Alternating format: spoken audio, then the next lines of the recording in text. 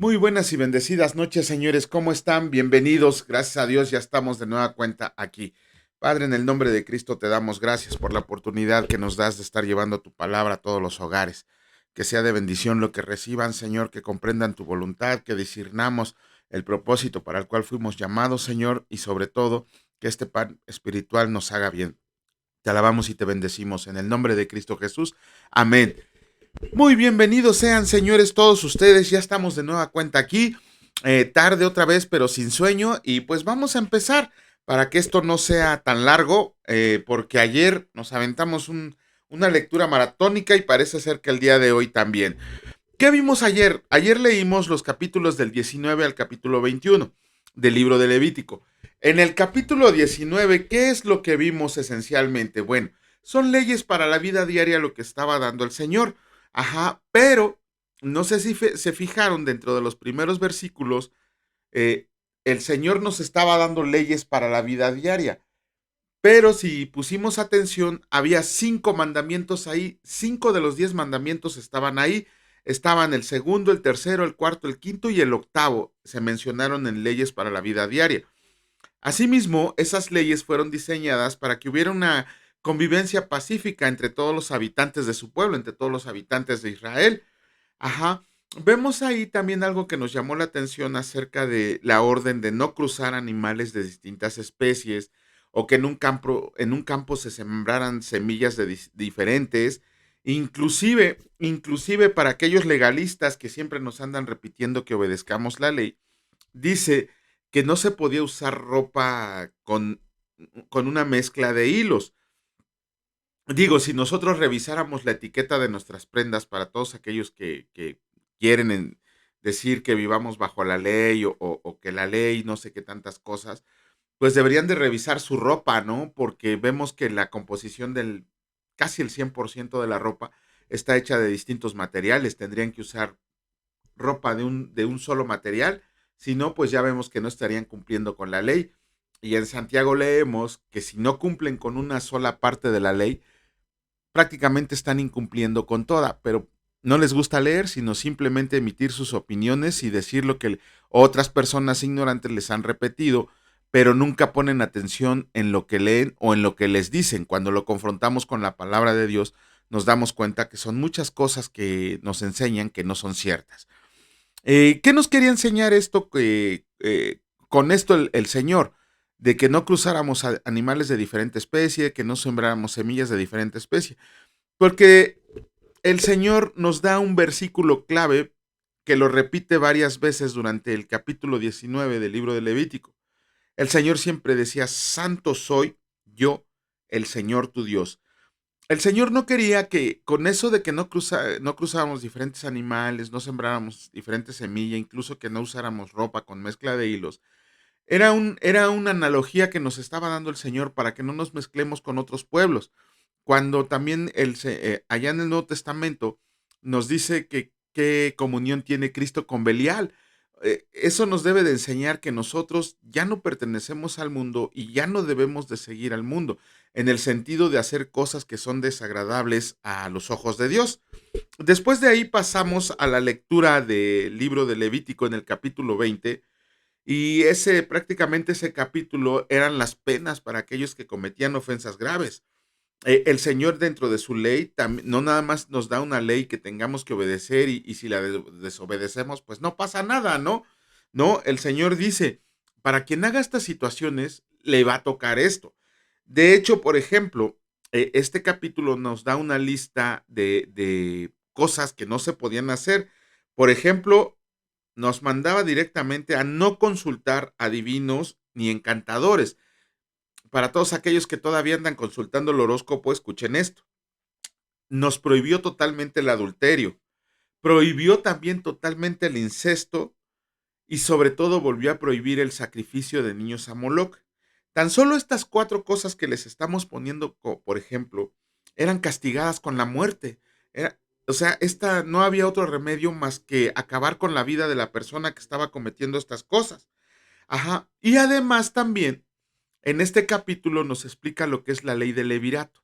A lo mejor alguno de ustedes ya lo ha de haber escuchado o lo ha de haber oído por ahí, lo que es el levirato, pero en realidad a veces no comprendemos qué es. Bueno, el levirato consiste en que, por ejemplo, si alguien se casaba con una mujer y el varón llegaba a fallecer, la obligación del hermano que le seguía era casarse con la viuda para que tuvieran un hijo, y al primer hijo varón se le tenía que poner el nombre de la persona que había fallecido.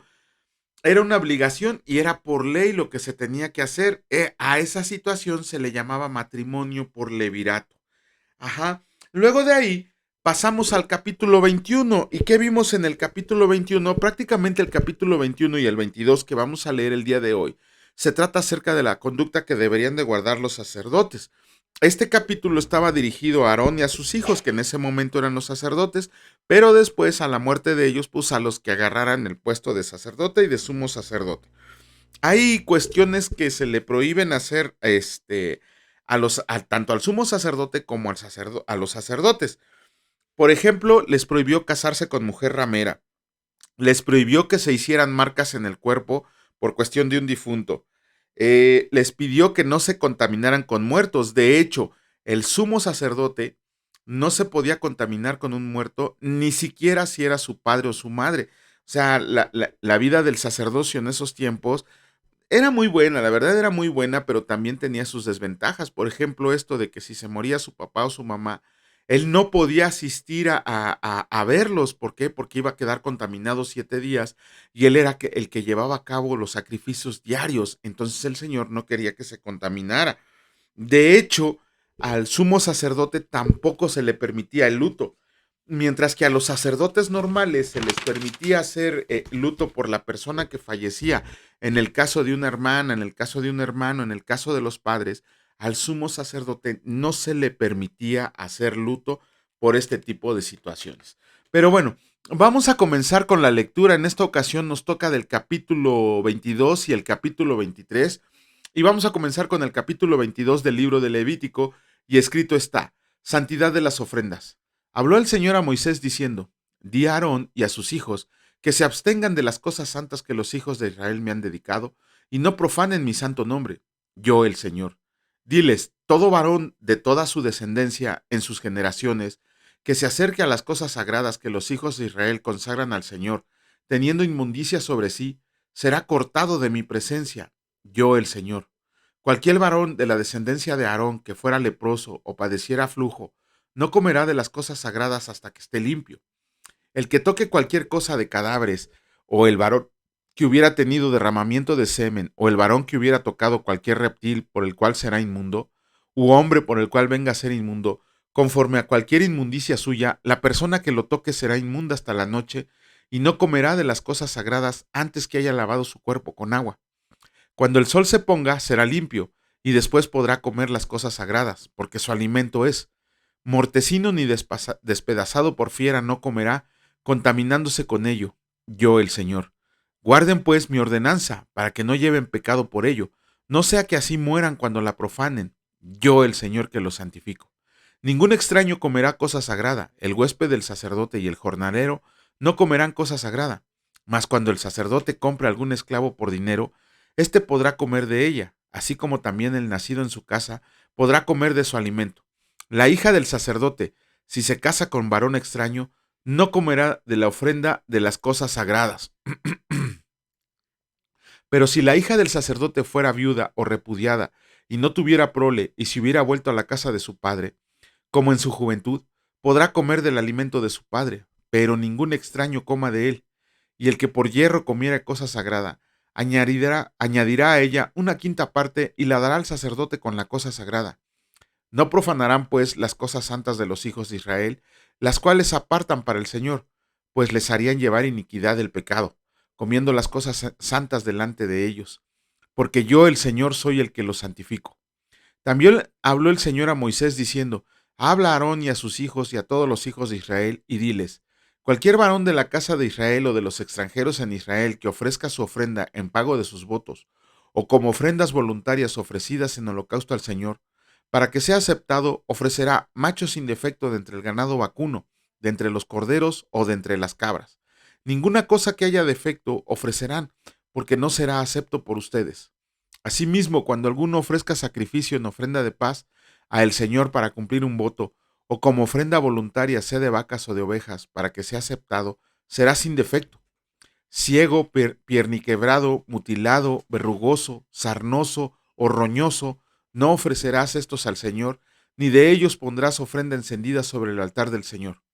Buey o carnero que tenga de más o de menos, podrás ofrecer por ofrenda voluntaria, pero en pago de voto no será acepto. No ofrecerás al Señor animal con testículos heridos o magullados, rasgados o cortados, ni en vuestra tierra lo ofrecerán. Ni de mano de extranjeros tomarás estos animales para ofrecerlos como el pan de su Dios, porque su corrupción está en ellos. Hay en ellos defectos, no se aceptarán. Y habló el Señor a Moisés diciendo, el becerro o el cordero o la cabra, cuando nazca, 7 días estará mamando de su madre, mas desde el 8.º día en adelante será acepto para ofrenda de sacrificio encendido al Señor. Y sea vaca u oveja, no degollarás en un mismo día a ella y a su hijo. Y cuando ofrezcan sacrificio de acción de gracias al Señor, lo sacrificarán de manera que sea aceptable. En el mismo día se comerá, no dejarán de él para otro día. Yo el Señor. Guarden pues mis mandamientos y cúmplanlos, yo el Señor, y no profanen mi santo nombre para que yo sea santificado en medio de los hijos de Israel. Yo el Señor que los santifico, que los saqué de la tierra de Egipto para ser su Dios, yo el Señor. Comenzamos con la lectura del capítulo 23 del libro de del libro de Levítico, y escrito está: las fiestas solemnes. Habló el Señor a Moisés diciendo: habla a los hijos de Israel y diles: las fiestas solemnes del Señor, las cuales proclamarán como santas convocaciones, serán estas. 6 días se trabajará, mas el 7.º día será de reposo. Santa convocación. Ningún trabajo harán. Día de reposo es del Señor en donde quiera que habiten. Estas son las fiestas solemnes del Señor, las convocaciones santas, a las cuales convocarás en sus tiempos. En el mes primero, a los 14 del mes, entre las 2 tardes, Pascua es del Señor. Y a los 15 días de este mes es la fiesta solemne de los panes sin levadura al Señor. 7 días comerás panes sin levadura. El primer día tendrán santa convocación. Ningún trabajo de siervos harán, y ofrecerán al Señor 7 días ofrenda encendida. El 7.º día será santa convocación. Ningún trabajo de siervo harán. Y habló el Señor a Moisés diciendo: habla a los hijos de Israel y diles: cuando hayas entrado en la tierra que yo les doy, y sieguen su mies, traerán al sacerdote una gavilla por primicia de los primeros frutos de su siega, y el sacerdote mecerá la gavilla delante del Señor, para que sean aceptos. El día siguiente del día de reposo la mecerá. Y el día que ofrezcas la gavilla, ofrecerás un cordero de un año sin defecto, en holocausto al Señor. Su ofrenda será 2 décimas de efa de flor de harina, amasada con aceite, ofrenda encendida al Señor en olor gratísimo, y su libación será de vino, la 1/4 de un hin. No comerás pan, ni grano tostado, ni espiga fresca, hasta este mismo día, hasta que hayas ofrecido la ofrenda de su Dios. Estatuto perpetuo es por vuestras edades en donde quiera que habiten.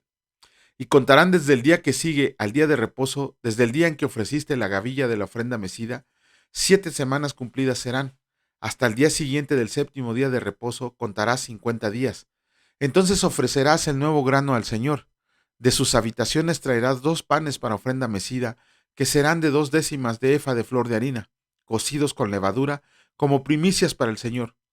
Y ofrecerás con el pan 7 corderos de un año sin defecto, un becerro de la vacada y 2 carneros. Serán holocausto al Señor con su ofrenda, y sus libaciones, ofrenda encendida de olor grato para el Señor. Ofrecerás además un macho cabrío por expiación, y 2 corderos de un año en sacrificio de ofrenda de paz. Y el sacerdote los presentará como ofrenda mecida delante del Señor, con el pan de las primicias y los 2 corderos. Serán cosas sagradas al Señor para el sacerdote. Y convocarás en este mismo día santa convocación. Ningún trabajo de siervos harán, estatuto perpetuo en donde quiera que habiten por sus generaciones. Cuando segaran la mies de su tierra, no segarán hasta el último rincón de ella, ni espigarás tu siega. Para el pobre y para el extranjero la dejarás. Yo, el Señor su Dios. Y habló el Señor a Moisés diciendo: habla a los hijos de Israel y diles: en el mes séptimo, al día primero del mes, tendrás día de reposo, una conmemoración al son de trompetas y una santa convocación. Ningún trabajo de siervos harán y ofrecerán ofrenda encendida al Señor. También habló el Señor a Moisés diciendo, a los 10 días de este mes séptimo será el día de expiación. Tendrá santa convocación y afligirán sus almas y ofrecerán ofrenda encendida al Señor. Ningún trabajo harán en este día porque es día de expiación, para reconciliarse delante del Señor su Dios. Porque toda persona que no se aflija en este mismo día será cortada de su pueblo. Y cualquier persona que hiciera trabajo alguno en este día, yo destruiré a la tal persona de entre su pueblo. Ningún trabajo harán, estatuto perpetuo es por sus generaciones en donde quiera que habiten. Día de reposo será a ustedes. Y afligirán sus almas comenzando a los 9 días del mes en la tarde. De tarde a tarde guardarán su reposo. Mm. Permítanme un momento, por favor. Estamos en Levítico 23. Ay, Dios. Levítico 23 es el 33. Perdón. Eh, y habló el Señor a Moisés diciendo, habla a los hijos de Israel y diles, a los 15 días de este mes séptimo será la fiesta solemne de los tabernáculos al Señor por 7 días. El primer día habrá santa convocación, ningún trabajo de siervos harán. 7 días ofrecerás ofrenda encendida al Señor. El octavo día tendrás santa convocación y ofrecerás ofrenda encendida al Señor.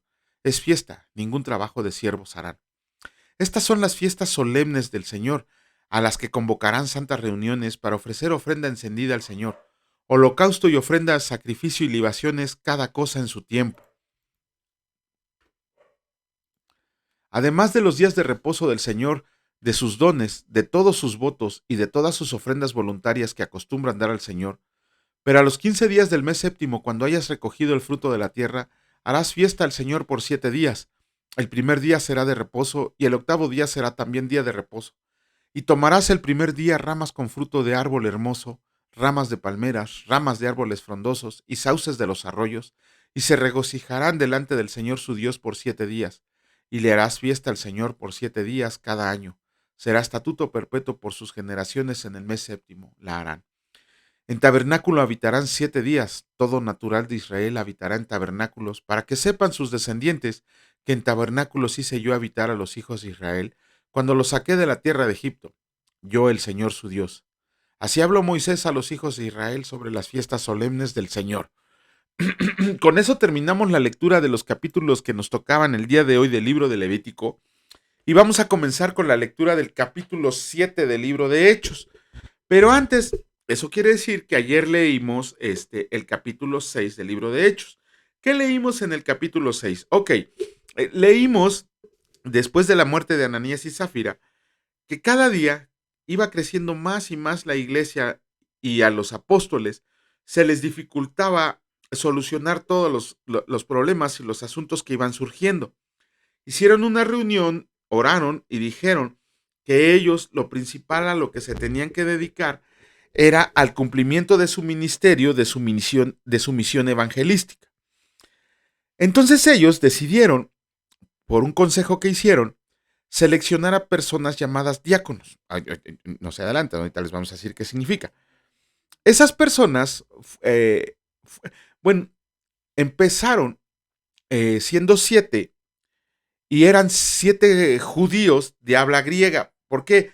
Porque quienes les estaba echando la bronca a los apóstoles eran judíos de habla griega que les habían dicho que no se trataba por igual a todos. ¿Por qué? Porque ellos les fueron a chillar que sus viudas no recibían la misma parte que recibían las demás gentes. Debido a eso, eligieron a 7 judíos de habla griega para que pudieran representar a los apóstoles en ese tipo de problemas.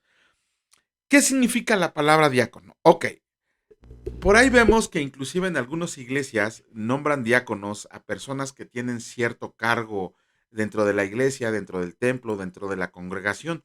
Y ahí se andan pavoneando muchos de ellos que los nombraron diáconos, que son diáconos. Cuando vemos la etimología del griego koine de la palabra diácono significa servir.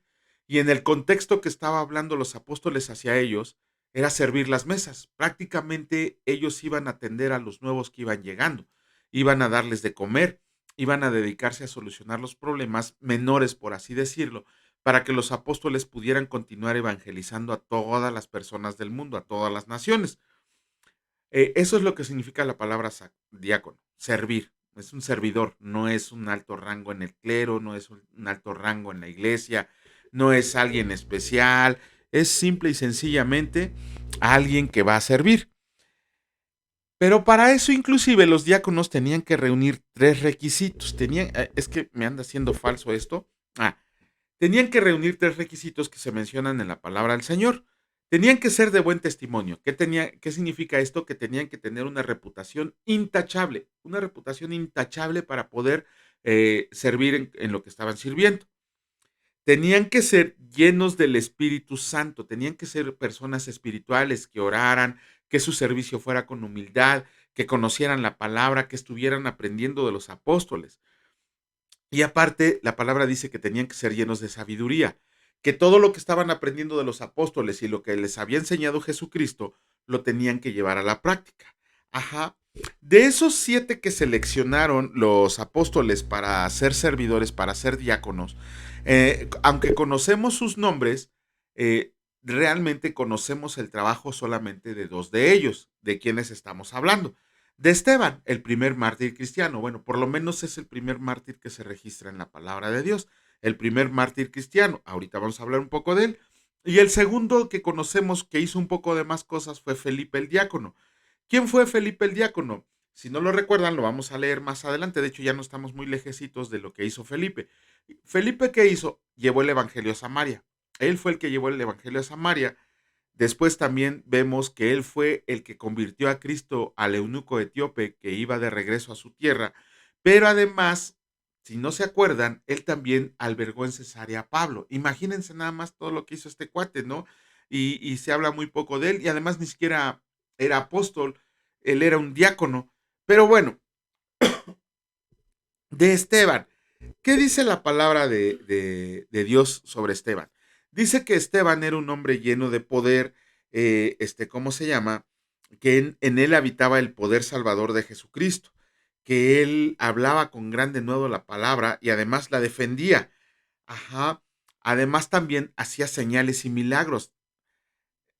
No, miren, ahí se confirma el hecho de que no es un don permanente, sino que simple y sencillamente cuando se necesitaba hacer un milagro, Esteban lo podía realizar, pero siempre que se ponía la fe en Jesucristo y dándole toda la gloria y la honra a Jesucristo.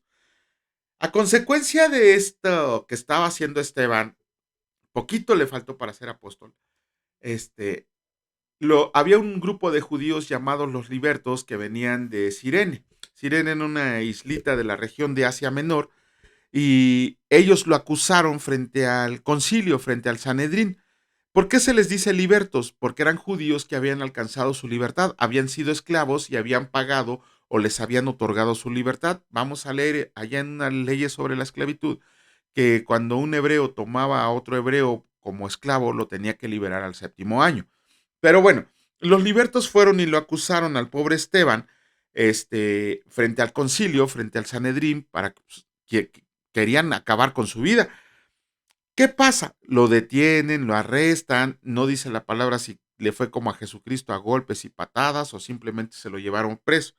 Lo que sí dice la palabra es que le hicieron lo mismo que a Jesucristo.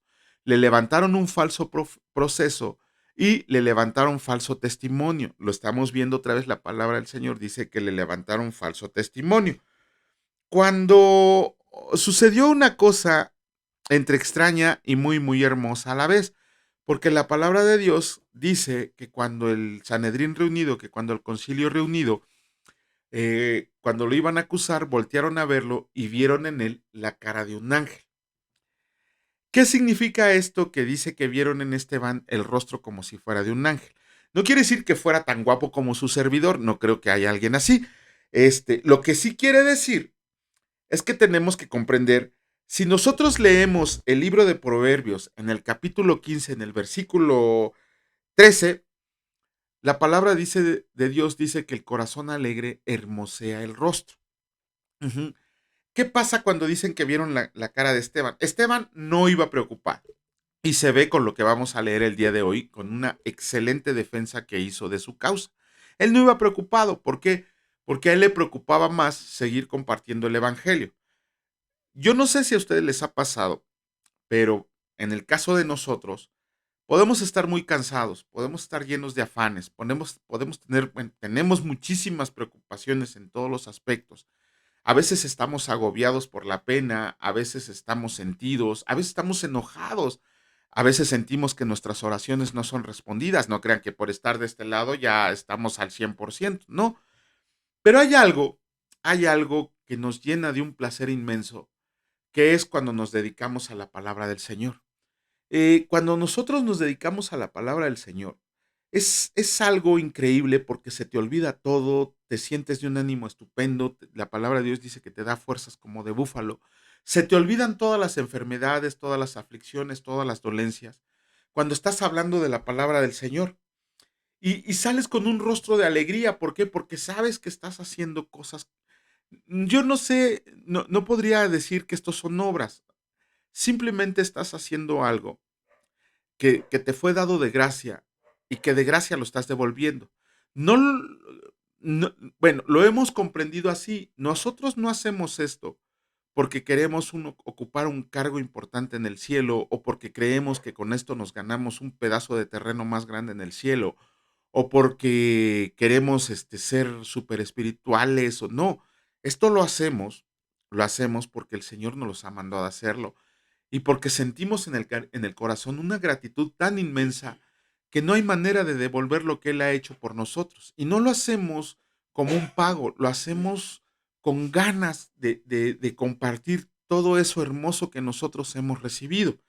Y eso hace que nuestro semblante, cuando hablemos de la palabra de Dios, nos haga sentirnos alegría, nos haga sentir que estamos al 100%. De hecho, así como Esteban, quizás nosotros no resplandezcamos la faz como la de un ángel, pero traemos la paz de Cristo. Eso es lo importante. ¿Por qué? Porque la paz de Cristo nos da una misteriosa hermosura que se refleja no solamente en nuestro cuerpo y nuestro rostro, se refleja en nuestro vivir. Es una vida totalmente rendida al Señor y en la cual decidimos proclamar la verdad, cueste lo que cueste y pase lo que pase. ¿Por qué? Porque realmente a nosotros no nos importa lo que la gente piense de nosotros. Y hablo de nosotros, de la iglesia de Cristo, de la hermandad de Cristo. No hablo de mi familia, yo. Hablo de todos aquellos que hemos decidido seguir a Cristo. Esto se nos tiene que grabar a fuego. A nosotros no nos importa si la gente nos dice, nos ofende, nos alaba o nos dice cosas. Realmente no nos importa si habla para bien o para mal. A nosotros los que nos debe de importar es la opinión que Dios tiene de nosotros, ¿no? ¿Qué dijo de Jesucristo dos veces nuestro Dios Padre, ¿no? Este es mi Hijo amado en quien tengo complacencia, ¿no? Imagínense cuando ustedes oigan la voz de Dios que les está diciendo que lo están haciendo bien, cuando les está diciendo que ustedes tienen complacencia, ese día, por eso, es lo que decía hace ratito, mencioné que todas esas cosas que hacemos son por Cristo, ¿no? Y mencioné que no es que lo estemos haciendo por obras, sino que lo estamos haciendo por, porque no tenemos una manera más de decirle al Señor gracias. No es que querramos, ¿cómo se llama? Cumplir o pagar la deuda que teníamos, sino simplemente es por esa gracia que hemos recibido. No se tiene que confundir con las obras. Ajá. Entonces, eso es lo que vieron en Esteban. En Esteban no vieron preocupación ni vieron nada más, no vieron más que un rostro hermoso que destilaba alegría porque estaba haciendo lo que el Señor le había mandado y de esa misma manera nosotros tenemos que reflejar que estamos contentos y alegres por estar haciendo las cosas que el Señor nos ha ordenado hacer. Bueno, vamos a comenzar con la lectura del capítulo 7. Este también está un poquito larguito. Les pido que tengan un poquito de paciencia, no se me duerman, porque vamos a leer el siguiente capítulo, el capítulo 7, y escrito está: defensa y muerte de Esteban. El sumo sacerdote dijo entonces: ¿es esto así? Y él dijo: varones y hermanos y padres, oigan, el Dios de la gloria apareció a nuestro padre Abraham, estando en Mesopotamia, antes que morase en Harán, y le dijo: sal de tu tierra y de tu parentela, y ven a la tierra que yo te mostraré. Entonces salió de la tierra de los caldeos y habitó en Harán, y de ahí, muerto su padre, Dios le trasladó a esta tierra en la cual ustedes habitan ahora, y no le dio herencia en ella, ni aun para sentar un pie, pero le prometió que se la daría en posesión y a su descendencia después de él, cuando él aún no tenía hijo, y le dijo Dios así, que su descendencia sería extranjera en tierra ajena y que los reducirían a servidumbre y los maltratarían por 400 años. Mas yo juzgaré, dijo Dios, a la nación de la cual será siervo, y después por esto saldrán y me servirán en este lugar. Y le dio el pacto de la circuncisión, y así Abraham engendró a Isaac y le circuncidó al 8º día, e Isaac a Jacob, y Jacob a los 12 patriarcas. Los patriarcas, movidos por envidia, vendieron a José para Egipto, pero Dios estaba con él, y le libró de todas sus tribulaciones, y le dio gracia y sabiduría delante de Faraón, rey de Egipto, el cual lo puso por gobernador sobre Egipto y sobre toda su casa. Vino entonces hambre en toda la tierra de Egipto y de Canaán, y grande tribulación, y nuestros padres no hallaban alimentos. Cuando oyó Jacob que había trigo en Egipto, envió a nuestros padres la primera vez, y en la segunda, José se dio a conocer a sus hermanos, y fue manifestado a Faraón el linaje de José. Y enviando José, hizo venir a su padre Jacob y a toda su parentela, y en número de 75 personas. Así descendió Jacob a Egipto, donde murió él y también nuestros padres, los cuales fueron trasladados a Siquem y puestos en el sepulcro que a precio de dinero compró Abraham de los hijos de Amor en Siquem. Pero cuando se acercaba el tiempo de la promesa que Dios había jurado a Abraham, el pueblo creció y se multiplicó en Egipto, hasta que se levantó en Egipto otro rey que no conocía a José. Este rey, usando de astucia con nuestro pueblo, maltrató a nuestros padres a fin de que expusieran a la muerte a sus niños para que no se propagaran. En aquel mismo tiempo nació Moisés y fue agradable a Dios, y fue criado 3 meses en casa de su padre, pero siendo expuesto a la muerte la hija de Faraón le recogió y le crió como a hijo suyo, y fue enseñado Moisés en toda la sabiduría de los egipcios, y era poderoso en sus palabras y obras. Cuando hubo cumplido la edad de 40 años, le vino al corazón el visitar a sus hermanos, los hijos de Israel, y al ver a uno que era maltratado, lo defendió, e hiriendo al egipcio, vengó al oprimido. Pero él pensaba que sus hermanos comprendían que Dios les daría libertad por mano suya, mas ellos no la habían entendido así. Y al día siguiente se presentó a uno de ellos que reñían, y los ponía en paz diciendo, varones, hermanos son, ¿por qué se maltratan el uno al otro? Entonces el que maltrataba a su prójimo le rechazó diciendo, ¿quién te ha puesto por gobernante y juez sobre nosotros? ¿Quieres tú matarme como mataste ayer al egipcio? Al oír esta palabra Moisés huyó y vivió como extranjero en tierra de Madián, donde engendró 2 hijos. Pasados 40 años, un ángel se le apareció en el desierto del monte Sinaí, en la llama de fuego de una zarza.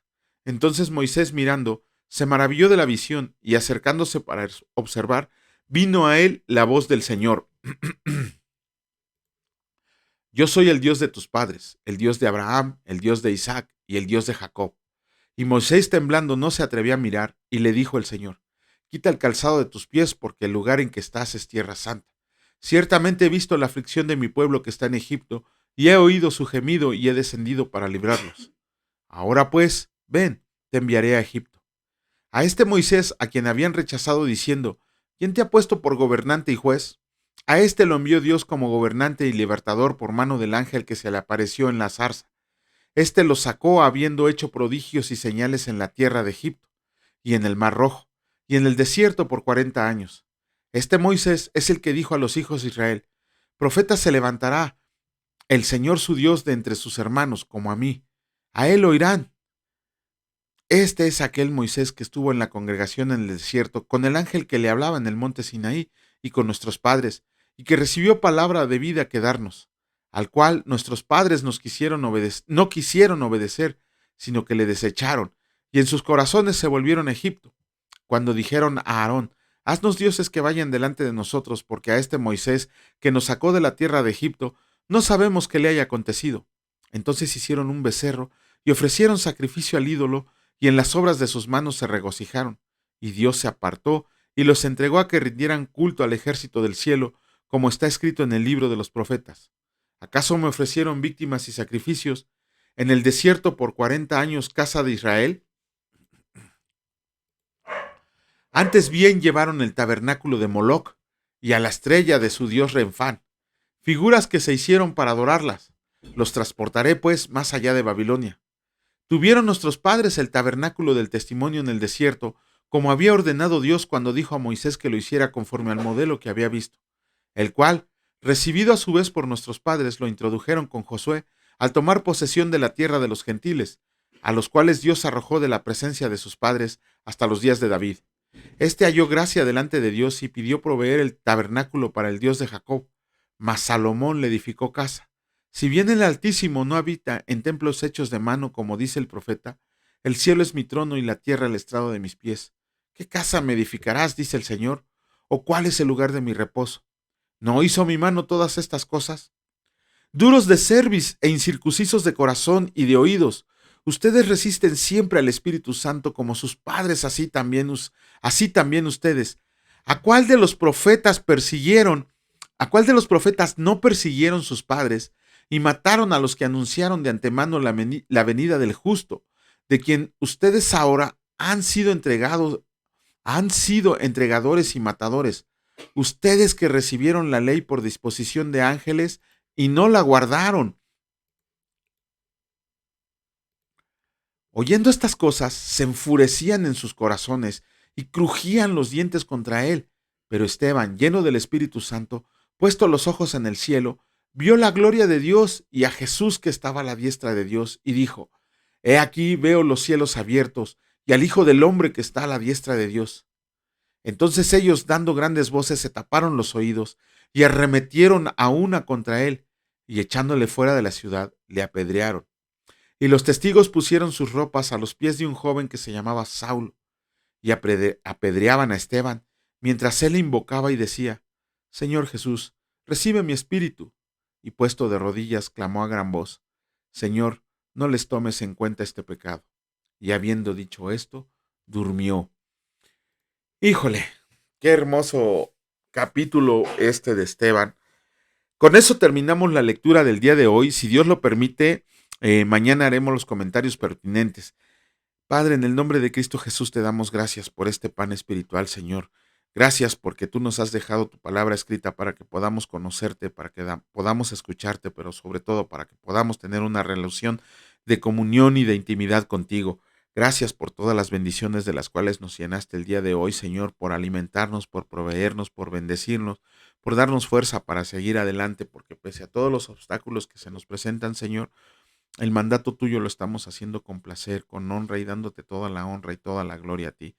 Te pedimos, Señor, que el día de mañana vayas con nosotros a todos los lugares a donde vayamos, Señor, que regresemos con tu espíritu, que vayamos con tu espíritu y sobre todo, Señor, que nos protejas en nuestro diario caminar. Te alabamos y te bendecimos en el nombre de Cristo Jesús. Amén. Que Dios los bendiga, señores, si Dios lo permite, nos vemos el día de mañana. Cuídense mucho, hasta luego.